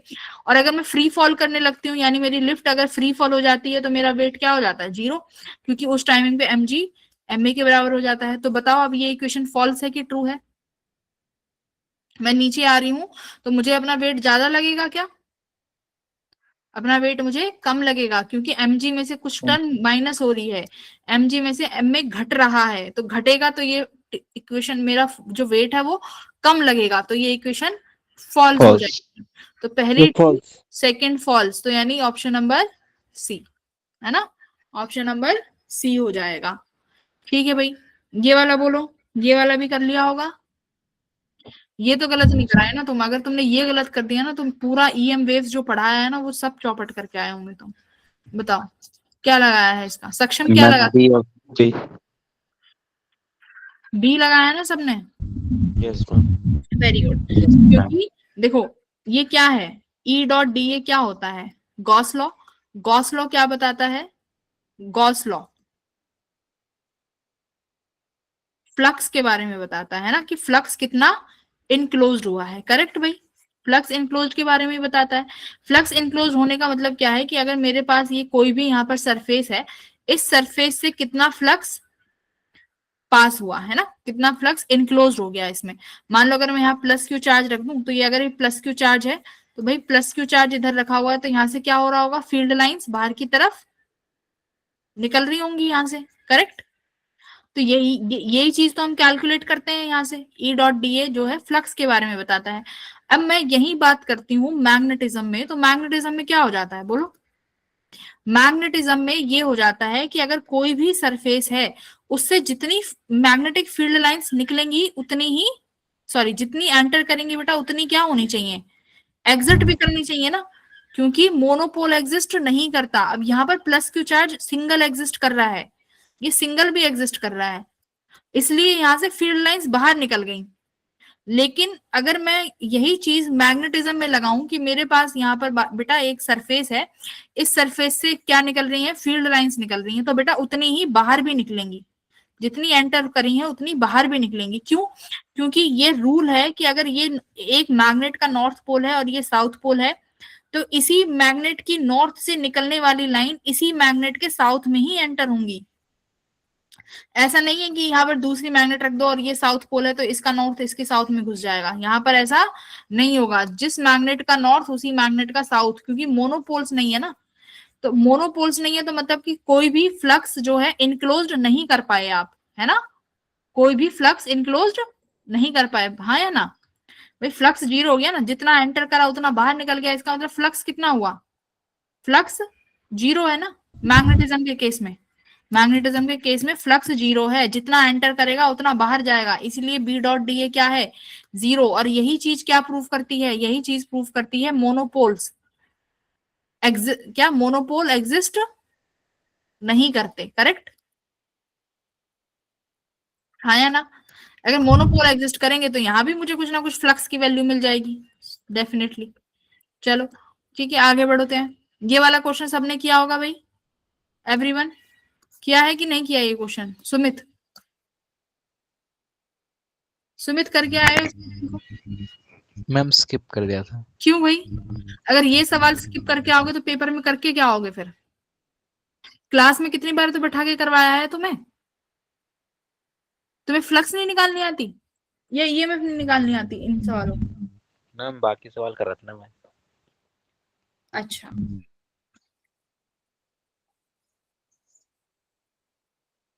किसने कराया है ये क्वेश्चन? आयरन आपने किया है? मैम ये वाला लीव कर दिया था मैम, स्किप कर दिया था उस वक्त। ग्रेट, ठीक है। चलो पहले ये छोटे छोटे वाले कर लेते हैं, फिर चलते हैं उस पर बड़े वालों पे। ये सबने किया होगा, पोजीशन दी हुई है, पोजीशन दे रखी है, पोजीशन को डिस्प्लेस कर दोगे तो वेलोसिटी मिल जाएगी। वेलोसिटी मिलते ही हम काइनेटिक एनर्जी निकाल सकते हैं, हाफ एम वी स्क्वायर। मास भी दिया हुआ है, dx बाई dt कर दो, कितना हो जाएगा dx by dt? 2 sign 2t, 2t का करोगे तो 2 मल्टीप्लाई में आगे आ जाएगा, ठीक है? कितना हो जाएगा? 4 साइन 2t, ठीक है? अच्छा कॉस है तो माइनस में आएगा ना। अगर मैक्सिमम चाहिए तो साइन 2t की वैल्यू क्या हो जाएगी? 1 हो जाएगी। तो वेलोसिटी कितना आ गया? -4 आ गया वेलोसिटी, ठीक है? तो यहाँ पर हाफ, मास की वैल्यू 2 दे रखी है, वेलोसिटी 4 हो जाएगी 16। तो यहाँ पर आपके पास काइनेटिक एनर्जी आ गई 16 जूल्स, ठीक है? ये वाला कर लिया था भाई सभी ने, ये भी इजी है। देखो हमारे पास ये गैल्वेनोमीटर है, यहाँ पर हमने शंट लगा दिया, ठीक है? शंट का रेजिस्टेंस तुम्हें R दिया हुआ है, गैल्वेनोमीटर का रेजिस्टेंस तुम्हें यहाँ पर कैपिटल G दिया हुआ है। अब यहाँ होता क्या है, देखो यहाँ पर दोनों पैरेलल में है। पैरेलल का मतलब है कि दोनों के पास पोटेंशियल बराबर होगा।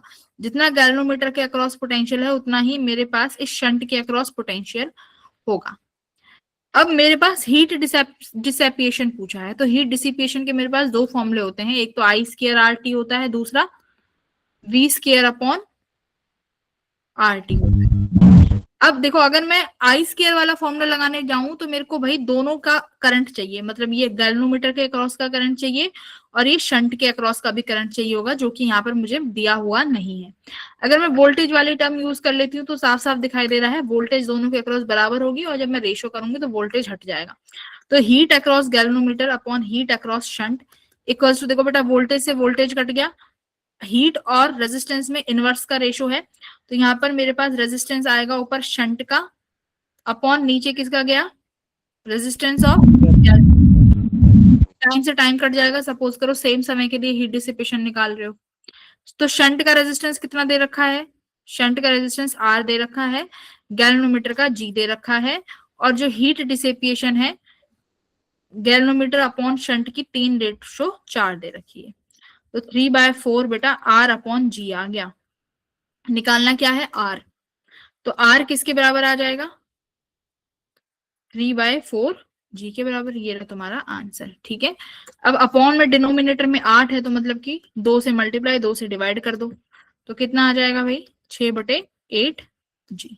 ठीक है, तो यानी के की वैल्यू कितनी आ गई, 6। ठीक है, तो ये भी बहुत आसान क्वेश्चन था, इन पे बाद में आएंगे, थोड़े डिफिकल्ट टाइप्स के हैं, इन पे आ जाते हैं।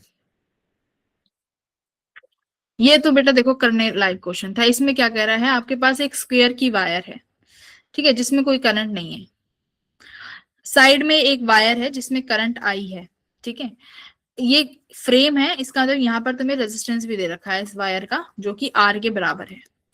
इस फ्रेम को 180 डिग्री से बदल दिया जाता है, ठीक है, ये जो बी वाली डिस्टेंस है ये 2a के बराबर दे रखी है, तो ये यानी इसका मतलब बेटा ये वाली डिस्टेंस कितनी हो जाएगी, a हो जाएगी, इतनी डिस्टेंस। ठीक है, देखो यहां पर मुझे बताओ क्या हो रहा है इस क्वेश्चन में, क्या फ्लक्स चेंज होगी,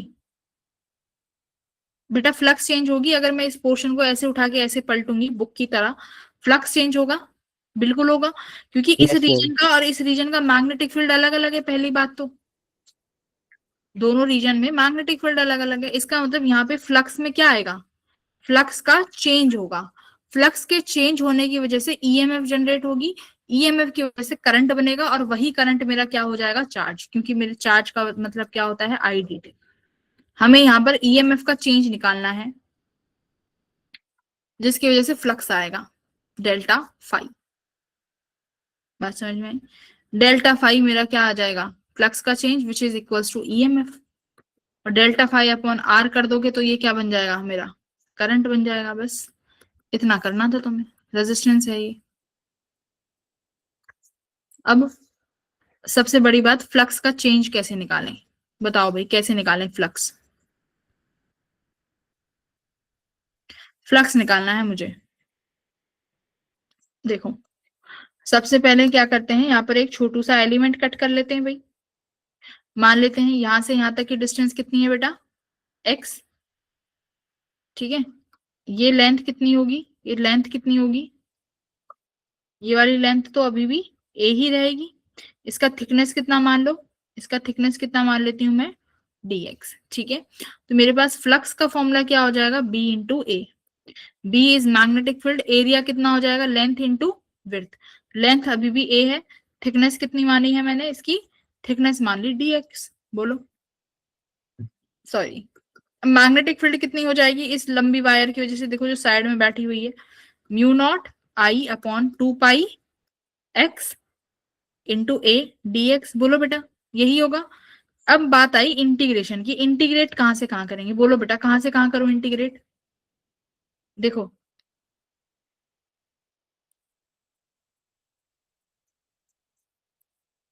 ये ऐसे था,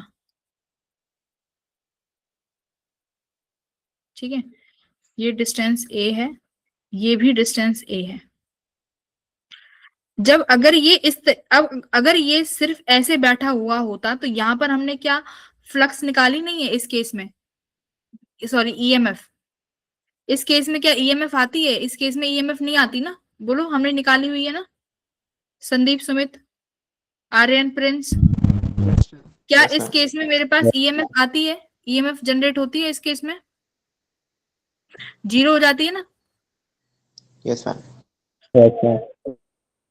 भाई? इस केस में ईएमएफ नहीं आती। इस केस में ईएमएफ क्यों आई? इस केस में ईएमएफ इसलिए आ रही है क्योंकि आप यहाँ पर इसका फ्लक्स चेंज कर रहे हो बाय चेंजिंग इस मैग्नेटिक फील्ड। क्योंकि मैग्नेटिक फील्ड भी कैसे चेंज किया आपने, इसको यहां से इस तरीके से एरिया चेंज कर दिया इसका, ठीक है। अब इसमें मुझे लिमिट्स बताओ कहां से कहां रखूं मैं। पहला मेरा सीडी पॉइंट किधर आया, ए दूरी पर।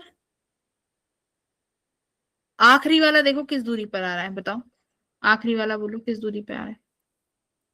तुम्हारे पास दो ऑप्शन है, देखो, या तो पहले इस वाली बॉडी का निकालो φ1, फिर इस बॉडी का φ2 निकालो और फिर φ2 माइनस φ1 करो, उससे भी आंसर आएगा, बट वो पड़ जाएगा थोड़ा लेंदी, ठीक है। उससे बढ़िया है कि आप इस तरीके से कर लो कि ये वाली मेरी जो है ये पहली लाइन है, ए पे आ रही है, फिर ये वाली जो लास्ट लाइन है ये कितनी दूरी पर बनेगी, ये वाली ए, 2a, और फिर से ये ए आ गई, कितनी आ गई, 3a आ गई ना। तो यहाँ पर ये मैंने यहाँ पर 3a लिख दिया, तो ये मेरा अब यहाँ से डेल्टा फाई ही आया है चेंज। कितना बनेगा ये, mu not I A as it is 2 pi log x, log x में ऊपर 3a अपॉन ए से ए कैंसिल होगा, कितना आ गया मेरा change in flux. Change in flux बोले तो ये मेरा ईएमएफ आ गया, डी फाई तो निकाला है, mu not I A upon 2 pi log 3, ये मेरा ईएमएफ आया है। करंट कैसे निकालूंगी, करंट निकालने के लिए मुझे ईएमएफ को क्या करना पड़ेगा, डिवाइडेड बाय रेजिस्टेंस। इसको रेजिस्टेंस से डिवाइड कर दो, रेजिस्टेंस कितना दे रखा है आर, कितना हो जाएगा mu not I A upon 2 pi resistance R log 3। ये लो खत्म आंसर। ये तो तुम्हें कितनी बार करा रखे हैं, ये क्वेश्चन तो तुम्हें करने ही चाहिए थे, यही छोड़ के आ गए।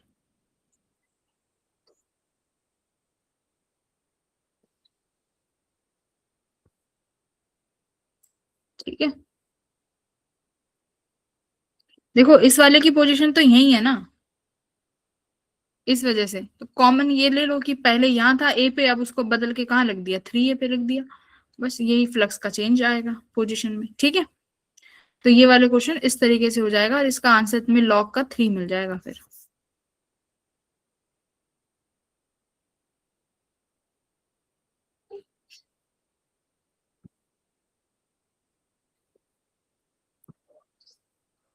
ओके, ये वाले क्वेश्चंस हो गए थे दो लास्ट के,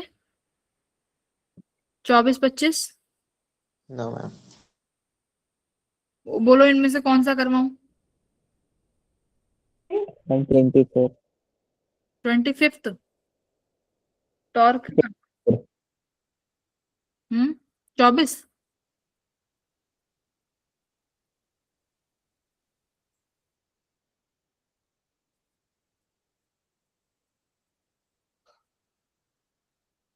फिफ्थ, 25th कह रहा है आर्यन, बाकी के बच्चे देखो मैं थोड़ा दोनों का ही हिंट दे देती हूँ, थोड़ा थोड़ा सुनो। 25वां क्वेश्चन क्या है, 25वां क्वेश्चन कह रहा है कि मेरे पास एक बॉल रखी हुई है, ठीक है, इस बॉल का मास और रेडियस दिया हुआ है और ये रेस्ट पे बैठी हुई है, ठीक है। क्या होता है, ये होता है कि साइड में से एक रॉड आती है, देखो ये रॉड आ रही है, ठीक है, ये रॉड आती है। अब ये सेंटर पर हिट ना करके सेंटर से कुछ h हाइट की दूरी पर हिट करती है, ठीक है, जिसकी वजह से बॉल रोल करना शुरू कर देती है। आपको ये h बताना है कि h कितना होगा, ठीक है। अब देखो यहां पर जब ये बॉल हिट करेगी तो ये बॉल घूमना शुरू कर देगी सेंटर ऑफ मास के अबाउट, यहां से किसी ओमेगा वेलोसिटी से आगे भी मूव करेगी, रोलिंग मोशन है, रोलिंग मोशन में तो दोनों चीज होंगी, ट्रांसलेशन प्लस रोटेशनल। इसके पास आगे भी कुछ वेलोसिटी आ जाएगी, ठीक है, ट्रांसलेशन वेलोसिटी भी आई, एंगुलर वेलोसिटी ओमेगा भी आ गई, ठीक है। अब एक चीज देखो, अब अगर मैं यहां पर बात करूं तो यहाँ क्या क्या जनरेट हुआ है, यहाँ पर लगा है इस ऑब्जेक्ट में, इस बॉडी पर हमारे पास फोर्स। अब ये फोर्स यानी ये इस बॉल पर इम्पल्स जनरेट हो गई, ठीक है, अगर मैं लीनियर की तरीके से बात करूं, इसको लीनियर की तरह से समझो कि ये बॉल है और इस बॉल से को तुमने एक बैट से हिट किया, इस बॉल को आपने एक बैट से हिट किया, तो ये बॉल रोलिंग मोशन करते हुए जा रही है। तो इसका मतलब यहाँ पर एक हाई अमाउंट का इम्पल्स जनरेट हुआ। तो मेरे पास लीनियर, उसमें जाओ लीनियर वाले में, जिसमें इम्पल्स मोमेंटम थ्योरम होती है। इम्पल्स मोमेंटम थ्योरम क्या कहती है? इम्पल्स किसके बराबर होता है? Rate of change of linear momentum, rate of change of linear momentum, यही होता है impulse. P final minus P initial. P final इस ऑब्जेक्ट का, इस बॉल का मास है कैपिटल एम, मान लेते हैं लीनियर वेलोसिटी आ गई कुछ भी, इनिशियली बॉल रेस्ट पे है तो ये हो गई 0, तो यानी इसके पास ये तो इम्पल्स आई, अगर मैं लीनियरली बात करूं तो I equals to mass into velocity. ठीक है, ओके। अब देखो क्या एंगुलर, अब मैं अगर बात करती हूँ, देखो बेटा टॉर्क की, तो टॉर्क क्या हो जाता है? आर क्रॉस एफ है। एंगुलर मोमेंटम किसके बराबर हो जाता है? R cross P. क्या ऐसे ही एंगुलर इंपल्स भी होती है? बिल्कुल। एंगुलर इंपल्स किसके बराबर हो जाएगा? Are cross I. बट इसका मतलब ये है कि मेरे पास ये आर परपेंडिकुलर होनी चाहिए। तो खुद देखो, ये मेरी लाइन ऑफ फोर्स है, मतलब ये भाई वही फोर्स है ना जिसके अलोंग, ये लाइन ऑफ एक्शन है ना, जिसके अलोंग मेरा फोर्स लग रहा है। ये मेरी परपेंडिकुलर डिस्टेंस हो गई एच। तो ये क्या जनरेट करेगी? एंगुलर इंपल्स जनरेट करेगी ना।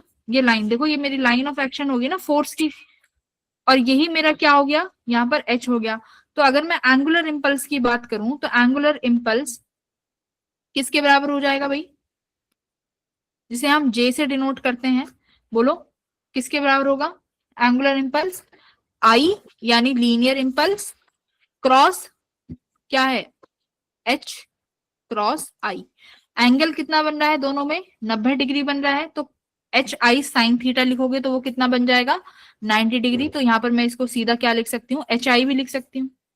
ठीक है, यानी एंगुलर इंपल्स आ गया एच आई के बराबर। H is this distance, I is your linear impulse, जो कि मास इंटू वेलोसिटी के बराबर है। आगे बताओ, अगर लीनियर इंपल्स का फॉर्मूला है rate of change of linear momentum के बराबर, तो एंगुलर इंपल्स भी किसके बराबर होगा?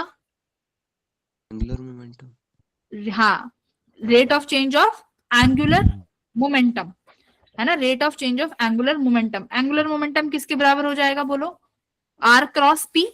आर क्रॉस पी को क्या लिख सकते हैं? एम वी आर, हाँ या ना। Angular moment impulse H I के बराबर, और ये लीनियर मोमेंटम किसका आया? Sorry, rate of change of angular momentum R cross P. P की जगह मास इंटू वेलोसिटी लिख दिया, बट मेरे पास वेलोसिटी v नहीं है, करेक्ट। तो क्या लिख सकते हैं भाई? और बोलो, mvr से तो नहीं आ रहा। एंगुलर मोमेंटम को और कुछ लिख सकते हैं क्या? Angular momentum L equals to, एक तो mvr हो गया, और एंगुलर मोमेंट, लीनियर मोमेंटम किसके बराबर होता है? Mass into velocity. तो एंगुलर मोमेंटम को क्या लिख सकते हैं? मास का वो क्या होता है एनोटेशन? इनर्शिया। वेलोसिटी का ओमेगा, हाँ आई ओमेगा लिख लो। देखो भाई, जब हम रोटेशन डायनामिक्स की बात करते हैं तो मास किसका वो होता है? इनर्शिया का ना।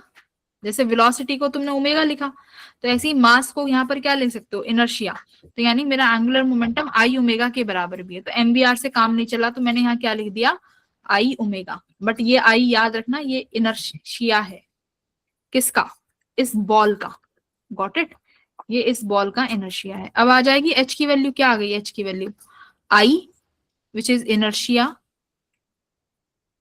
omega upon impulse which is your mass into velocity। ठीक है, मास भी गिवन है, पर हमारे पास वेलोसिटी है क्या? वेलोसिटी नहीं है। ओमेगा को लिख लेना। ओमेगा को क्या लिख सकते हो? शायद कैंसिल हो जाएगा। या वी को क्या लिख सकते हो? R omega. वी को आर ओमेगा लिख लो। ओमेगा से ओमेगा कैंसिल हो गया, बस ठीक है। आर तो हमारे पास है ही। इनर्शिया कितना हो जाएगा इस बॉल का? बोलो, बिलियार्ड बॉल है तो क्या बनेगा? स्फेयर बनेगा कि डिस्क बनेगी? स्फेयर बनेगा आई थिंक, हाँ बेटा। सॉलिड स्फेयर बनेगा कि होलो? सॉलिड। कौन सी बॉल होती है बिलियार्ड बॉल्स? सॉलिड ही बनना चाहिए है। तो इनर्शिया की वैल्यू रख लेना यहाँ पे। सॉलिड होगा तो 2/5 mr स्क्वायर अपॉन mr यहाँ पे बचा हुआ है ओमेगा से ओमेगा, आर से आर कट गया, एम से एम कट गया, 2/5 आर आ जाएगा एच की वैल्यू, 2/5 आर। एक बार आंसर मैच कर लेना। ठीक है, तो बस इसमें थोड़ा एनोटेशन ही लगा के क्वेश्चन सॉल्व हो सकते हैं। ठीक है, आंसर देखना कितना आ रहा है एक बार इसका देख लेना। 2/5 मतलब 2.5, 2.5 आना चाहिए। मैम 1 आ रहा है। ठीक है, तो 2.5 मल्टीप्लाई 2 करोगे तो 5 हो जाएगा, 5/5 1 आ जाएगा। ठीक है,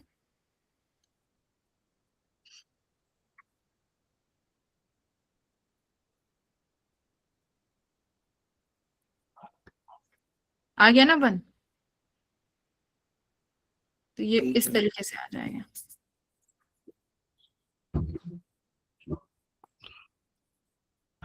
चलो ठीक है, 24 भी ज्यादा डिफिकल्ट नहीं है, 24 भी बहुत इजी है। 24 में क्या करना है तुम्हें, 24 में आपको ए और बी पर एनर्जी कंजर्व करनी है बस। ठीक है, एनर्जी कंजर्व कर दो, ये कभी टाइम फ्री मिलेगा तो उसमें करा दूंगी इस क्वेश्चन को। ठीक है, चलो ठीक है देन एवरीवन, अगली क्लास में मिलते हैं with new chapter gravitation. Gravitation के बाद फिर फ्लूइड्स शुरू कर देंगे।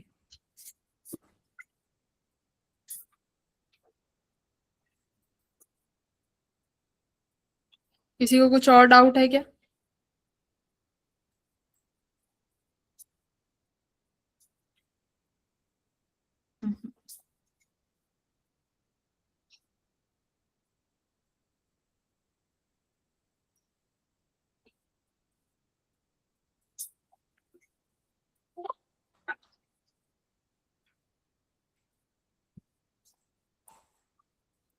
Okay bye.